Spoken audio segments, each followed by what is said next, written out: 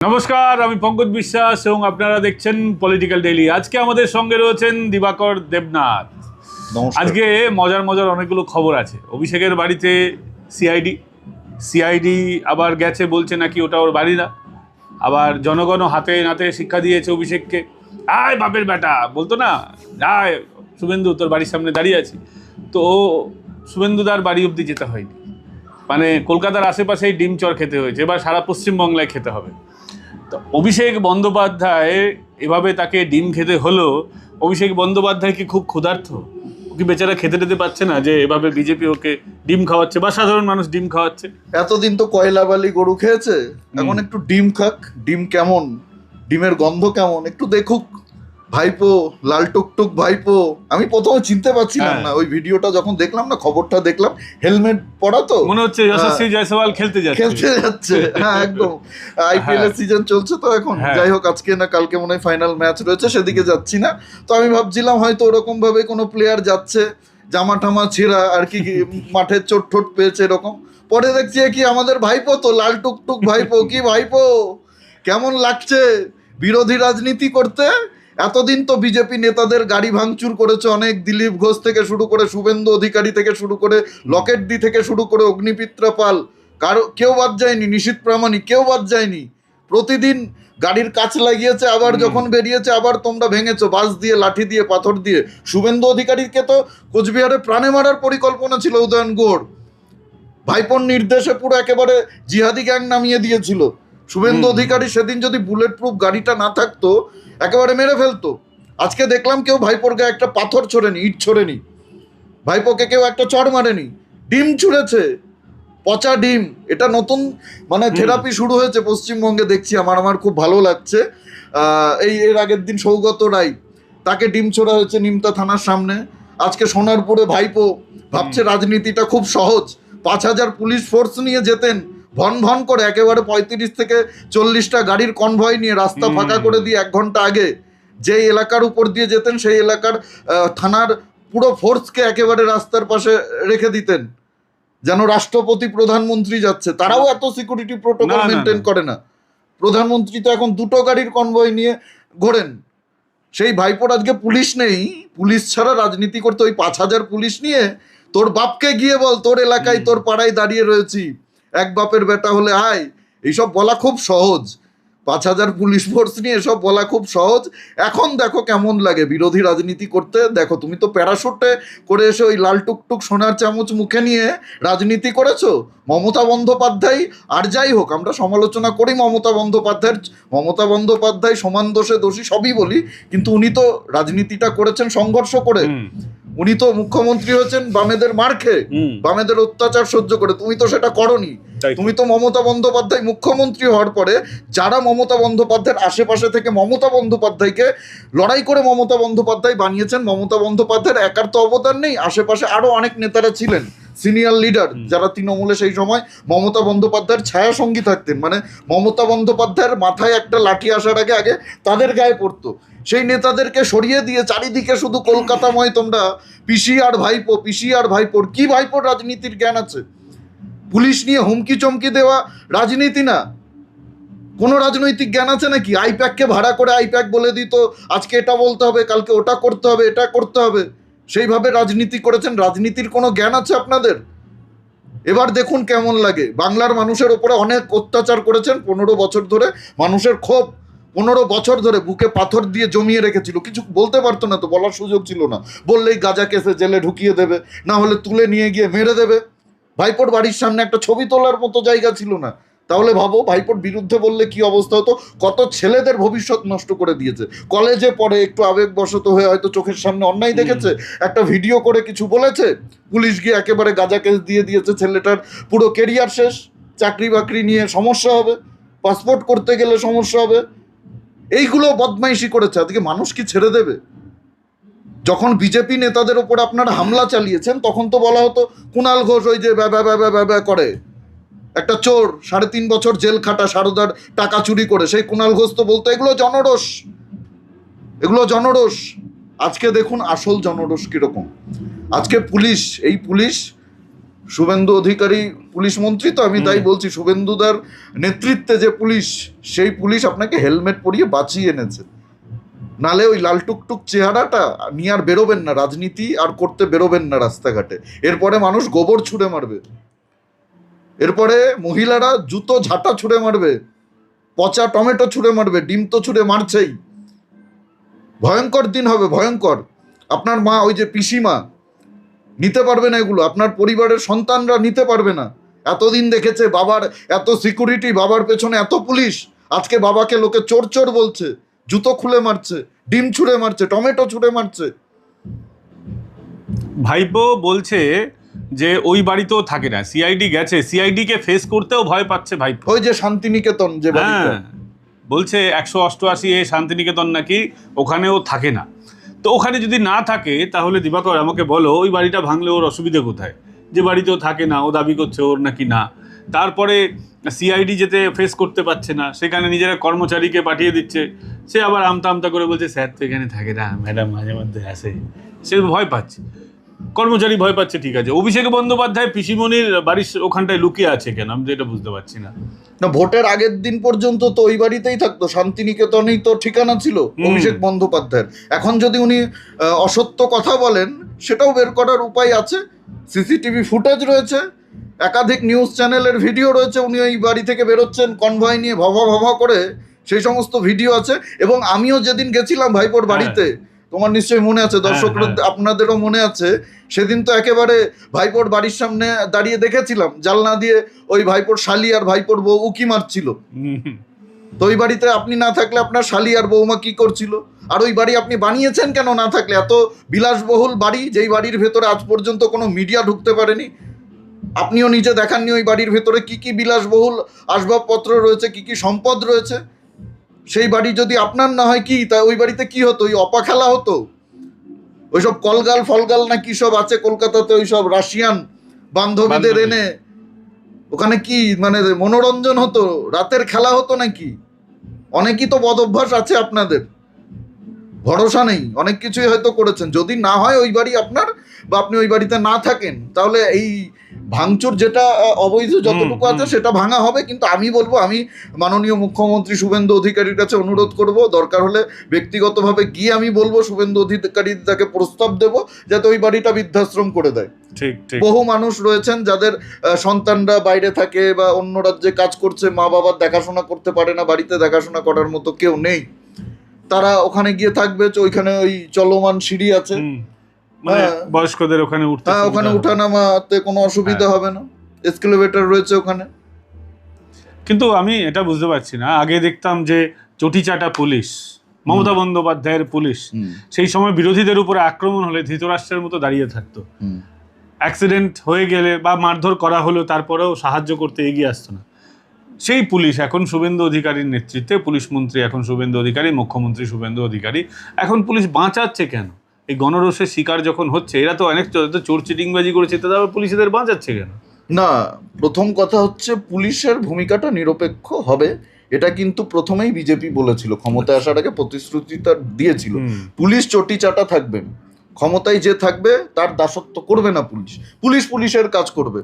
একজন মানুষকে যদি মারা হয়, শারীরিকভাবে তাকে হেনস্থা করা হয়, সেটা তো দাঁড়িয়ে দাঁড়িয়ে পুলিশ দেখতে পারে না, সেটা পুলিশের ডিউটি না। এতদিন আমরা দেখেছি যখন আমাদের বিজেপির সাংসদ, মালদার সাংসদ, তাকে খগেন মুর্মুকে মারা হয়েছিল, নাক মুখ চোখ ফাটিয়ে দেওয়া হলো, মাথা ফাটিয়ে দেওয়া হলো, রক্ত গলগল করে পড়ছে, পুলিশ দাঁড়িয়ে দেখছিল অদ্ভুতভাবে, স্বামী বিবেকানন্দর মতো পোজ দিয়ে পুলিশ দেখছিল, মানে উপর থেকে নির্দেশ আছে মেরে ফেলুক, তোমরা যাবে না বাঁচাতে।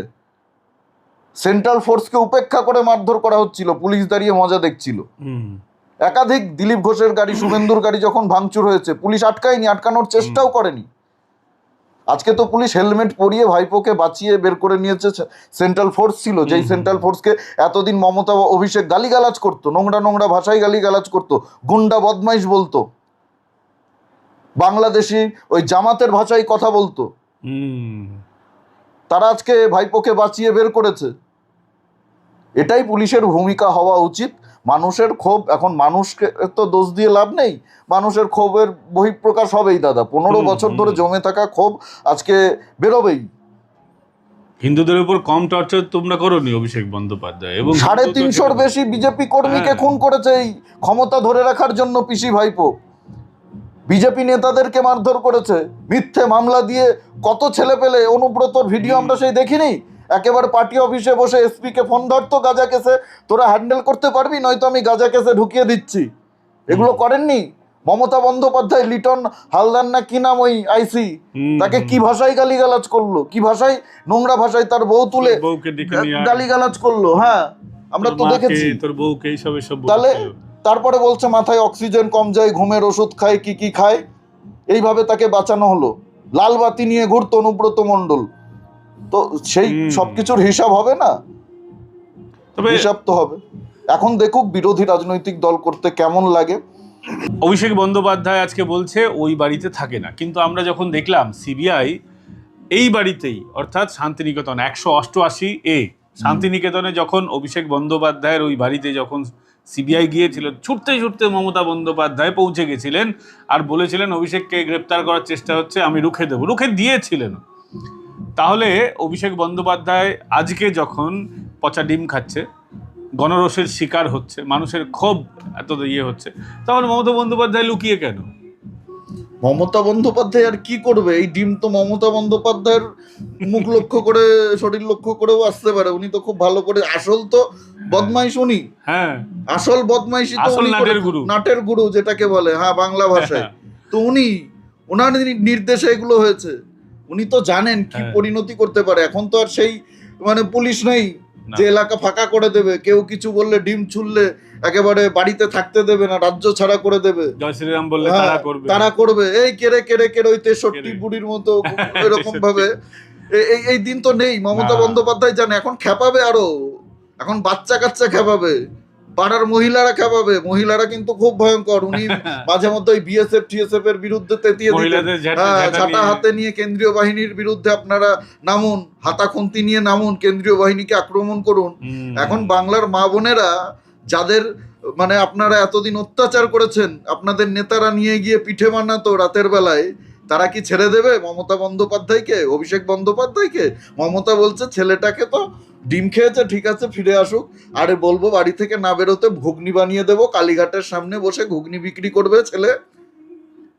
এই গল্প, ঘুগনি বিক্রি করুন, আর রাজনীতি করে লাভ নেই। চপ ভাজতে পারে, এগুলোই তো মমতা বন্দ্যোপাধ্যায়ের শিল্প ছিল। শিক্ষিত যুবকদের উদ্দেশ্যে উনি কি বলতেন? ঘটি গরম বিক্রি করো। পুজোতে একটা শিক্ষিত ছেলেকে বলছে একটু গলায় ঝুলিয়ে নাও, ঘটি গরম, একটু মশলা মুড়ি, ঠিক আছে ঝালমুড়ি বিক্রি করো, মাকে বলো ঘুগনি বানিয়ে দিতে, বাড়ির সামনে একটা টেবিল পাতো, অনেক বিক্রি, প্রচুর বিক্রি। বলেছিল ইউটিউবেও দেখে নিতে পারো, বাড়িতে কেউ না থাকে। তা আপনি করুন। এখন রাজনীতি তো শেষ, রাজনৈতিক ক্যারিয়ার শেষ। বাংলার মানুষ একবার যাকে ছুড়ে ফেলে দেয় তাকে আর দ্বিতীয়বার আনে না। সিপিএম এর মতো একটা রেজিমেন্টাল দল, তারা ফিরে আসতে পারেনি, তাদের এই দুর্দশা। কংগ্রেসের কি দুর্দশা, এক সময় তো এরা বাংলা শাসন করেছে, আজকে এরা মানে ওই হকারের মতো হকার হয়ে ঘুরছে, কিন্তু পাবলিক মানে ওদের প্রোডাক্ট নিচ্ছে না, এরকম অবস্থা। তো সেই অবস্থা তৃণমূলের তো আরো ভয়ঙ্কর অবস্থা হবে। ফলতা রি ইলেকশনে আপনারা দেখেছেন না, রিপোল সেখানে 3.81%, 3.81% ভোট পেয়েছে তৃণমূল কংগ্রেস। নোটার সঙ্গে লড়াই হবে এরপর। ওখানেও তো ফলতায় জাহাঙ্গীরের হয়ে কেউ প্রচার করতে যায়নি। আজকে কোথায় লাগাও শাওনি, মহুয়া দিদি কোথায়, Mahua madam, Mahua are you on Mahua? হ্যাঁ, আমি বলিনি, এটা অন্য কেউ বলেছিল। না, এটা সত্যি, এটা বাবুল সুপ্রিয় বলেছিলেন। বাবুল সুপ্রিয় ওই দলটাই করছেন এখন। বাবুল সুপ্রিয়কে কি মহুয়া জিজ্ঞাসা করবেন মহুয়া আর ইউ অন মহুয়ার মানেটা কি? আমি জানি না মানেটা কি, কিন্তু মানেটা হচ্ছে এটাই যে তৃণমূল কংগ্রেসের এইসব নেত্রীকেও দেখা যাচ্ছে না। আমি এটাই বলতে চাইছি, বা দিবাকর এটাই বোধহয় বলতে চাইছে, যে আজকে সায়নী, মহুয়া, যারা এই বাবু সাহেবকে আগলে রাখতো, হ্যাঁ একদম পাল্লু মে বাঁধকে হিন্দিতে যেরকম বলে, তো সেই এরা কোথায় আজকে? একেবারে মানে গোটা রাজ্যে খালি যেদিকেই যায় পিসি আর ভাইপোর মুখ, পিসি আর ভাইপোর মুখ। আরে কে ভাইপো? তার রাজনৈতিক দূরদর্শিতা কতটুকু, অভিজ্ঞতা কতটুকু, কতগুলো ইলেকশনে জিতেছে। ওই ছাপ্পা করে 7 লাখ ভোটে জেতা কে রাজনীতি বলে না, ওটা রাজনৈতিক সফলতা না। গেছে তো, ঠ্যাঙানি খেয়েছে তো, নিজের এলাকায় কাছাকাছি। সোনারপুর তো একদম দক্ষিণ 24 পরগনা, হ্যাঁ দক্ষিণ 24 পরগনা, যেখানে লাফালাফি, যেখানে দহরম মহরম। আজকে দেখছো গেলেও এরপরে তুমি সাটা ভাঙা খাবা ভাইপো। ডায়মন্ড হারবারে যাবা, পাবলিক তোমাকে একদম সাটা ভাঙা দেবে। ওই হুমায়ুন কবিরের মতো বললে তো তুমি।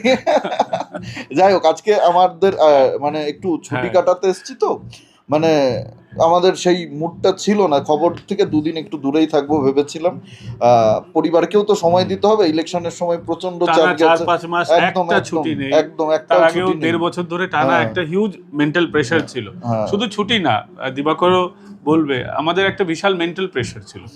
কারণ দিবাকর জেল খেটেছে, ওর বিরুদ্ধে প্রচুর মামলা হয়েছে, তারপরেও নানান রকমভাবে ওকে ডিস্টার্ব করার চেষ্টা হয়েছে, আমাদেরকেও ডিস্টার্ব করার চেষ্টা হয়েছে। তো আমরা একটা না ভয়ঙ্কর আতঙ্কের মধ্যে দিন কাটিয়েছি আমরা, মানে সবাই যারা এই ব্যবস্থার বিরুদ্ধে, তৃণমূলের ব্যবস্থা যেটা ছিল তার বিরুদ্ধে যারা আমরা লড়াই করেছি।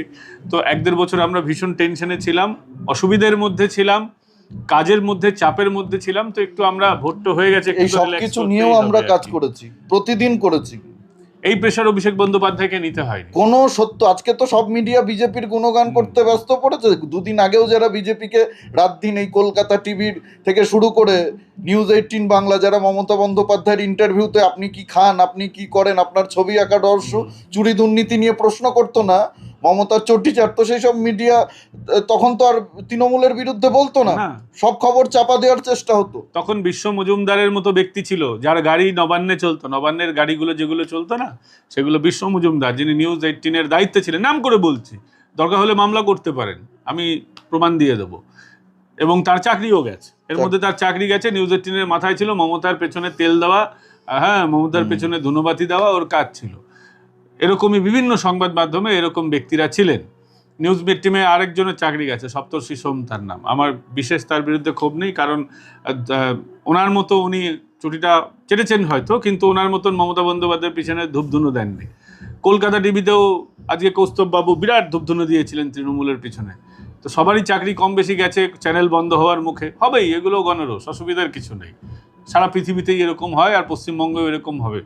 আপনি যে মানুষটা পশ্চিমবাংলাকে শেষ করে দিল, তার পেছনে ধূপধুনো দেবেন, আপনার পেছনে ধূপধুনো হয়ে যাবে।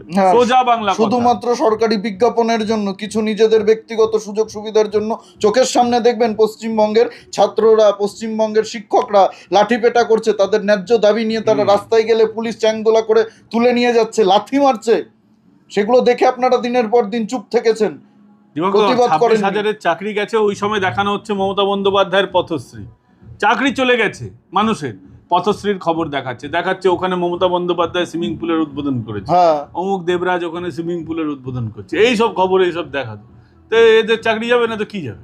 মানুষ তো বাধ্য হয়েই আজকে ডিজিটাল মিডিয়া বলো, তুমি আমাদের মতো ইউটিউবার যারা রয়েছে, যারা ইউটিউবে সংবাদ পরিবেশন করে, ইউটিউবে সাংবাদিকতা করে, তাদেরকে এমনি এমনি দেখেনি, ওদের ওপর থেকে ভরসা উঠে গেছিল বলে দেখেছে। বিকল্প কোনো ব্যবস্থা ছিল না। ওই রিপাবলিকের মতো তাদেরকেও যথেষ্ট প্রেসারে রাখা হতো। সন্তু পান, ওই ভাইপোকে কিছু প্রশ্ন করার জন্য সন্তু পানকে সন্দেশখালী থেকে কিভাবে অ্যারেস্ট করে অন লাইভ শেষ হওয়ারও অপেক্ষা করা হয়নি, লাইভ চলছে, গ্রেফতার করা হলো। তাহলে কি পরিস্থিতি ছিল পশ্চিমবঙ্গে এই বাক স্বাধীনতার, ভাবুন আপনারা। তুমি একটা খবর করেছো, তোমাকে সুযোগ দেওয়া হয়নি, এরকম নোটিশ দেওয়া। আজকে ভাইপো বাবু নোটিশ পাচ্ছেন, বলছেন নোটিশ দাও। তোমাকে কি নোটিশ দিয়েছিল? আমাকে কোনো নোটিশ দেয়নি, আমাকে তুলে নিয়ে চলে গেছিল একেবারে। 14 দিনের জেল কাস্টাডি, মনে আছে এখনো কি কষ্টটা করেছি। মানে আমরা তো ক্রিমিনাল না, আমরা তো তোলাবাজি করিনি, আমরা তো মানুষ খুন করিনি, আমরা তো মহিলাদের সঙ্গে অভদ্রতামি করিনি, আমরা তো ক্রিমিনাল না যে জেল আমাদের জন্য খুব ভালো ব্যাপার। যারা গেছে তারা জানে জেল কি। পিসি ভাইপো পুলিশকে দিয়ে আমাদেরকে জেল খাটিয়েছে। ভদ্র ঘরের ছেলে, আমার বাবা, আমার পরিবারের কেউ কখনো মানে কোনো খারাপ কাজের সঙ্গে জড়িত না, তারা কোনোদিন যায়নি, সেই পরিবারের সন্তান আমাদেরকে জেল খাটিয়েছে। আমার বাড়ি ভাঙচুর করেছে, আমার একাডেমিক সার্টিফিকেট সব জ্বালিয়েছে, আমার বাড়ির একটা বাল্ব পর্যন্ত রাখেনি, খুলে এলইডি বাল্ব নিয়ে চলে গেছে, জামা কাপড় স্যান্ডো গেঞ্জি জাঙ্গিয়া, ছেঁড়া জাঙ্গিয়া, সেটাও নিয়ে চলে গেছে। চোর চিটিং ভাই, ওর জন্য নিয়ে গেছে। কিন্তু তারপরেও আমরা কিন্তু স্রোতের বিপরীত কাজ করেছি।